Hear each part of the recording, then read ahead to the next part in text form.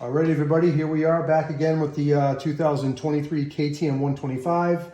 What we're going to talk about right now is something called the adaptive TPS reset.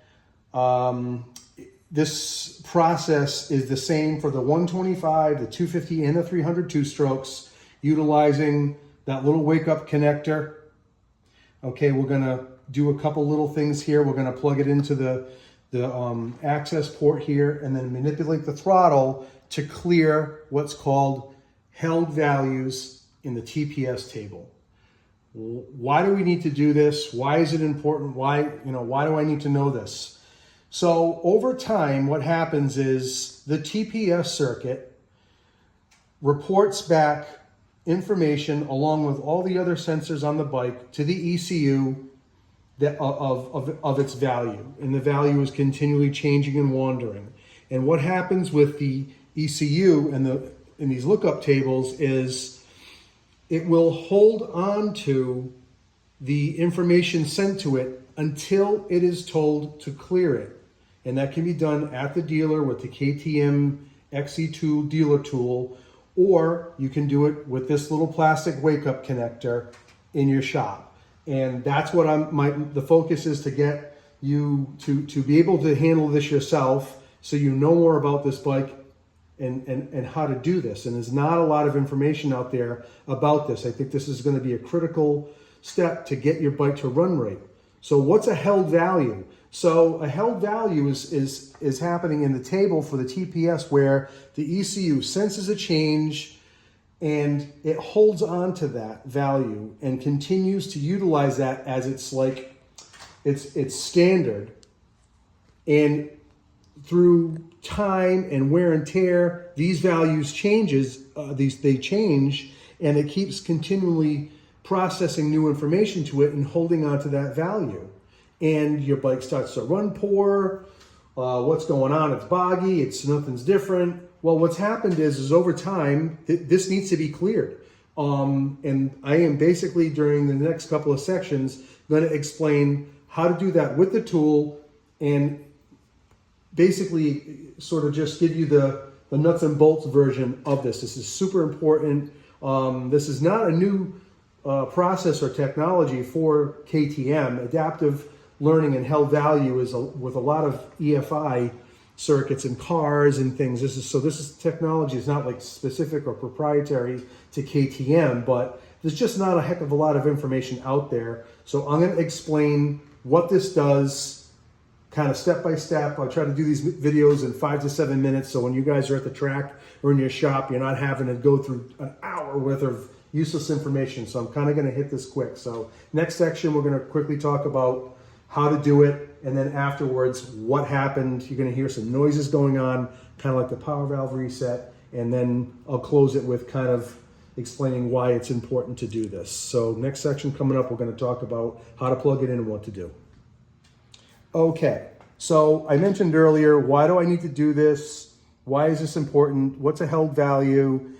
Before we do this, I should mention critically that the TPS value, I'm going to call it static value, which means nothing is connected to the TPS, like I did in the earlier video. Disconnect the throttle cables from the throttle pipe up here. Just take this apart and let the cables dangle on the red idle circuit that's down in here. There's a little red knob in there. Make sure that that's backed out so the numbers stop moving on the TPS tool when you're plugged in. So you basically don't want anything touching that TPS circuit when this is happening. When you're adjusting your TPS, and of course, when you're doing this, it needs to be set at 0.4 thousand volts. That is set. I already verified it with my TPS tool, and it's all plugged back in. So basically, this isn't going to work unless that's set to 0.4 thousand. Everything was disconnected. You locked it back in and put it all together, because we're going to be grabbing this throttle a couple of times as this thing's plugged in and unplugged. And this happens pretty quickly. This is probably only maybe under a minute. And hopefully when this thing makes some noises, maybe we can get the camera a little closer down here to hear what's going on.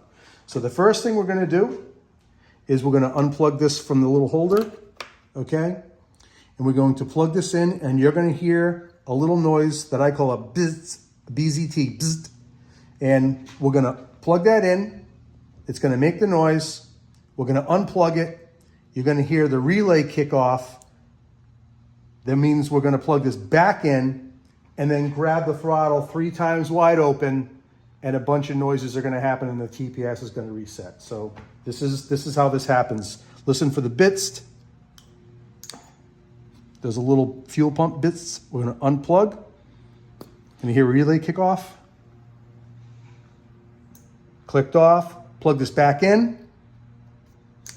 Back on. We're going to grab the throttle 3 times wide open. 1, 2, 3. Wait. Come down here.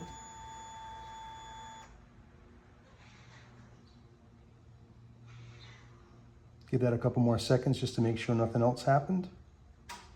And we're good to go. We're going to now simply unplug this and put it back in the holder. And you should be good to go. All it did was really make one little, maybe 3 or 4 second noise. It essentially cleared out any of the held values in this system. So now its baseline is right back in the middle of the road. You got a 0.4000 static TPS setting. Anything else that this ECU was considering as correct information has been wiped away. So when you go to restart this bike up, it's going to calculate its new 0.4000 volt TPS baseline and base its programming and sensing off of that. So the bike will, again, like that'll wander. I had this set to 0.4000. I rode it for a couple hours in the sand and mud, double checked a few things, and my TPS value was lower than 0.4000. So I had to start over, get it back to 4000, locked it in, and now I just did the clearing of that. So essentially what's going to happen now is the bike is, when you start it up, is going to relearn its new baseline. You've cleared the adapted value in the TPS circuit, and I'm not sure there's going to be a heck of a lot more for me to explain at this point, really, about how that process works. It was super, like 40 seconds, that was over. So next section, I'll come up with something really interesting to talk about, and we'll wrap this up.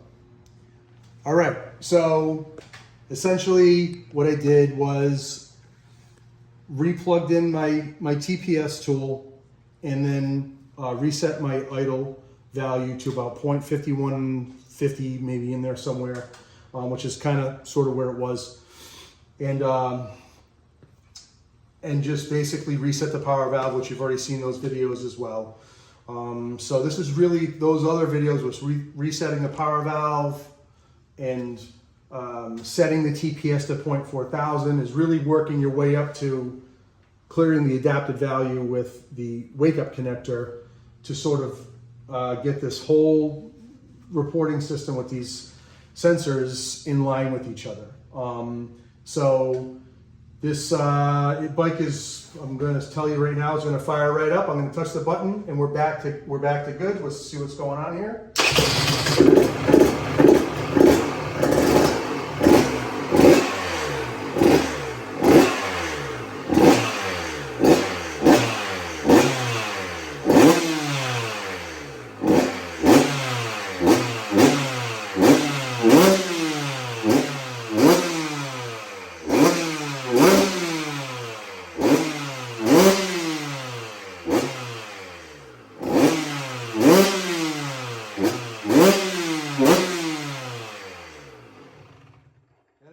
Sound of 125, nice and snappy.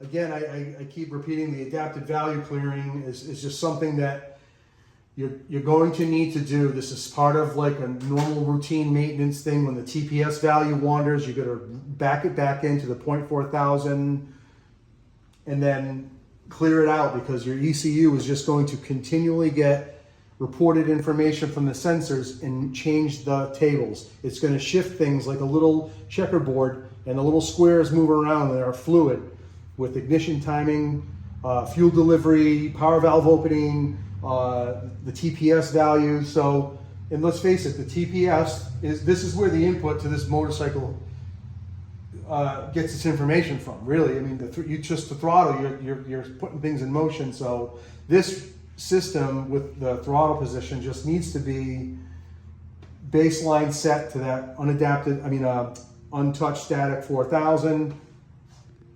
Get it really set to go with the and then you can readjust the idle afterwards. But clearing those held values, there's an awful lot of information on the internets about adapted values. You can look it up. This is nothing new, like I said before, and hopefully I don't get crucified for not saying something exactly right. But again, these videos are not, this is me and my phone with my beautiful wife here, just trying to educate people on what I find out and share it. And I'm sure there's some things I maybe misspoke here and there, but essentially clearing that out is a huge thing. The next big thing that we're going to do, I don't know if I'll get to it right this week, but maybe this weekend, is sealing the crankcase position sensor, which is on this side of the bike.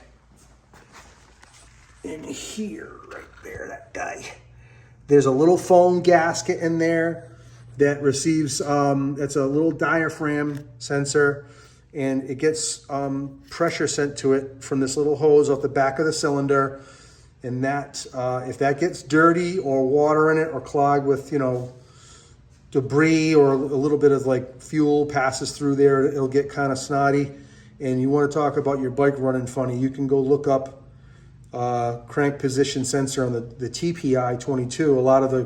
There's a lot of videos of guys running their bikes in the woods and stuff, and you can, there's a couple of videos out there circulating where they had a lot of problems because of this crank pressure sensor. And I'm going to explain how to take it apart, how to clean it, how to put it back together, and sort of limit the amount of time you spend